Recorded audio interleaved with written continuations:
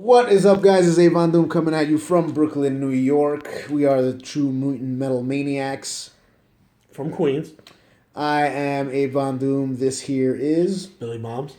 And we are the Mutant Metal Maniacs. Of course, the rest of you are too, because we love you, even though there's 5 of you.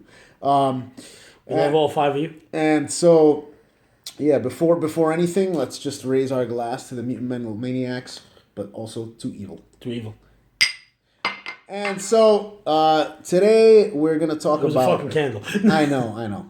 It was a flaming mo. I'm the one that's going to get his beard burned off. So, I don't have any fucking facial hair. So today we're going to talk about our favorite experiences for, let's say, live bands, right? So... best show we've ever been to. Yes. Abe's going to start off with Easiest. telling about his best show he's ever been to. Yeah. And if you get a chance to see it on DVD, he's the idiot in the front. Yep, that's right. And that first show would be Agnostic Front, live at CBGB's. 2004, I believe.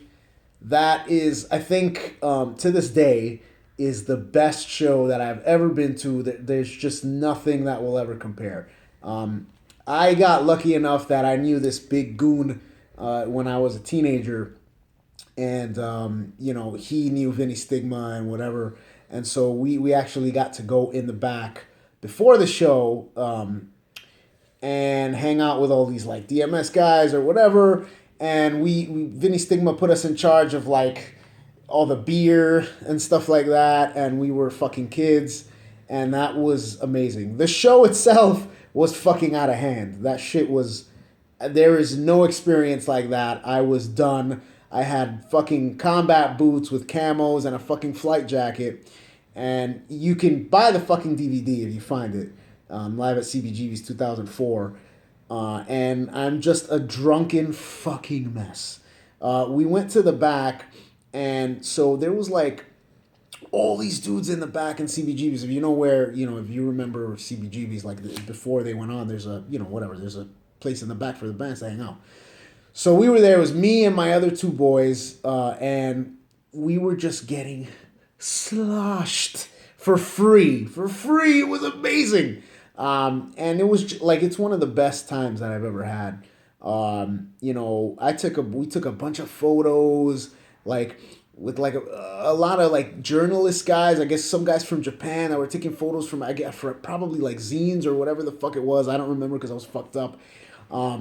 And I mean, we just had a fucking ball. Like, everybody was super fucking cool. And then when they finally played, because the show was $5, because it was just to have people there to film the DVD.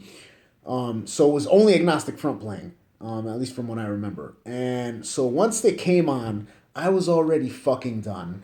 I had a fucking big-ass flight jacket with like a sick of it all hoodie because I'm a fucking idiot. And it was fucking hot in there.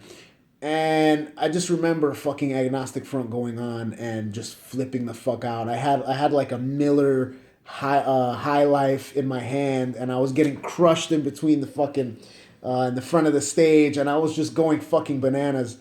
And once the Eliminator came on, it was over. I was done. I was like, oh my fucking God.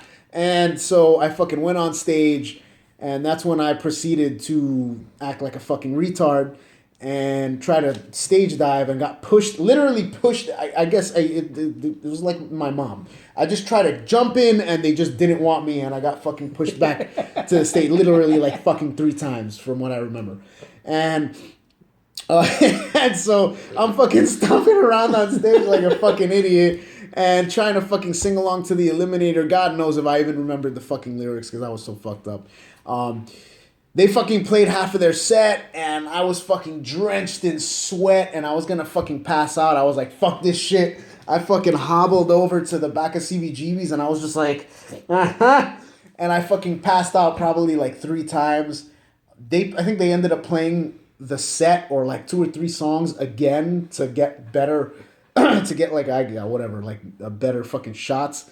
That's all I remember because I was fucking done. I remember like some people asking me if I was all right. I was like, and but that fucking experience was so amazing. Like I was fucked up, and I like a lot of it I don't remember, but the fun factor at that show to see Agnostic Front live with that many fucking people in CBGB's was fucking intense, and like I'll never forget it. To this day, that was fucking 12 years ago, and I've been to a lot of shows, and that is there's still nothing better. There's nothing better. I fucking love Agnostic Front. They're so goddamn good.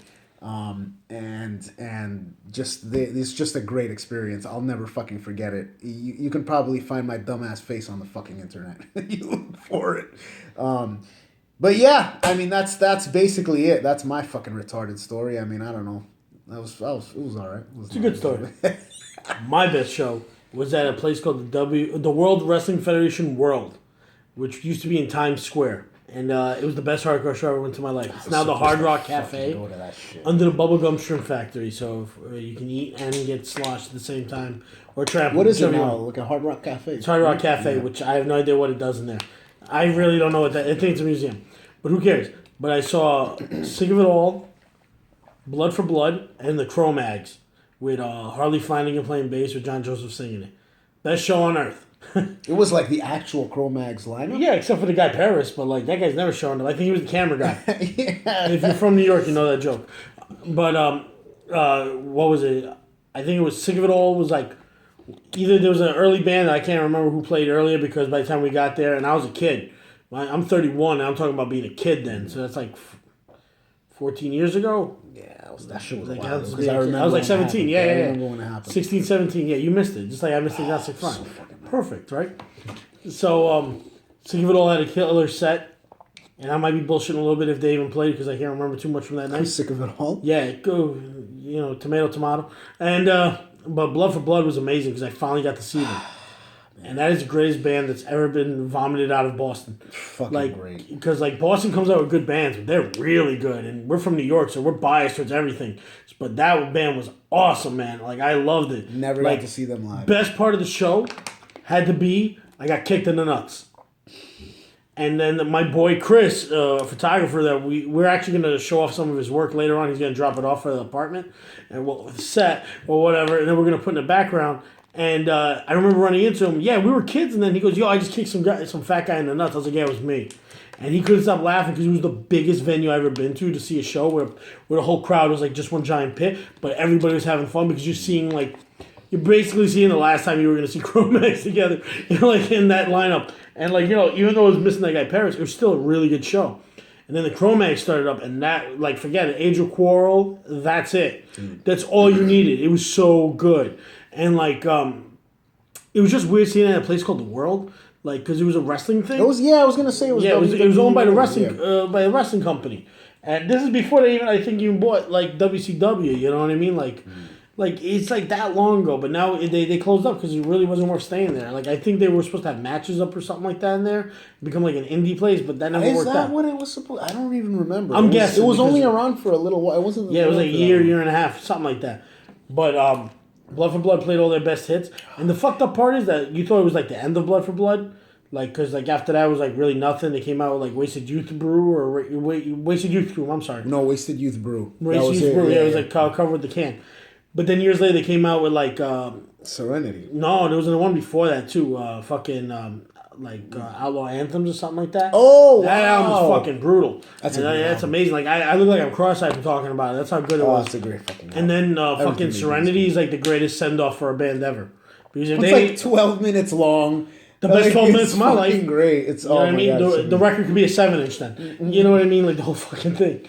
But it's really good. And I always dreamed of another Cro-Mags record, but it's been so long that I'm okay with it never coming out now. Because they'll just ruin it. It's it's like Metallica keeps putting out records. Yeah, it kills the not the mystique, but it just there is a mystique to Cro-Mags. That's the thing. It's this band that's really. That's had so much tumultuous history. Yeah. But it's so good. You know what it is? It's when bands get that kind of fucking history, and they I mean, they had like really everybody knows the first record. Best Wishes is really fucking good. I have it on vinyl. That's how good it is. But like that for Age of Quarrel, that's like the seminal fucking crossover thrash hardcore band like record. Everybody likes It's it. fucking I'm getting shitty. tattooed on my arm. The It's bomb like exploding. That's how fucking yeah, sick it is. you know what it the is? Hiroshima exploding. You know what it is when bands become like that, it's like a legend, like they're a legendary. legend. And then if they fucking come out with another record, it'll fucking ruin it. Yeah, a lot of the time. yeah, because no That's matter why- what happens with them, Yeah. is something like that. So it was great. But that's it for our best shows. Yeah. A couple of honorable mentions will probably be Castle Heights, nicknamed Castle Fights. I only fucking went to one show at Castle. Really, I went to a bunch of shows. Yeah. My band played at Castle Heights. That place was excellent. Yeah. Because CBG was never let us play. I think I was banned from ABC No Rio for a long time, so screw that place. I think I remember that. shit. Yeah, that was great. I was 16 years old. I went back, no, not 15. I went back when I was 25. You know, the only reason I went back in is because they forgot. And the communists already left, or whatever new communists were there. Yeah. Which, the best place on earth, you can't even enter. What kind of socialism is that? But, Stupid ass. all right, that's the end of this episode. We'll see you next time. So thank you from the Bombs Mahal. We're Metal Maniacs from Queens. Yeah, don't forget to like, subscribe, and tell your friends about how much of a gigantic fucking schmuck we are. Share. Yeah. Too evil. All right.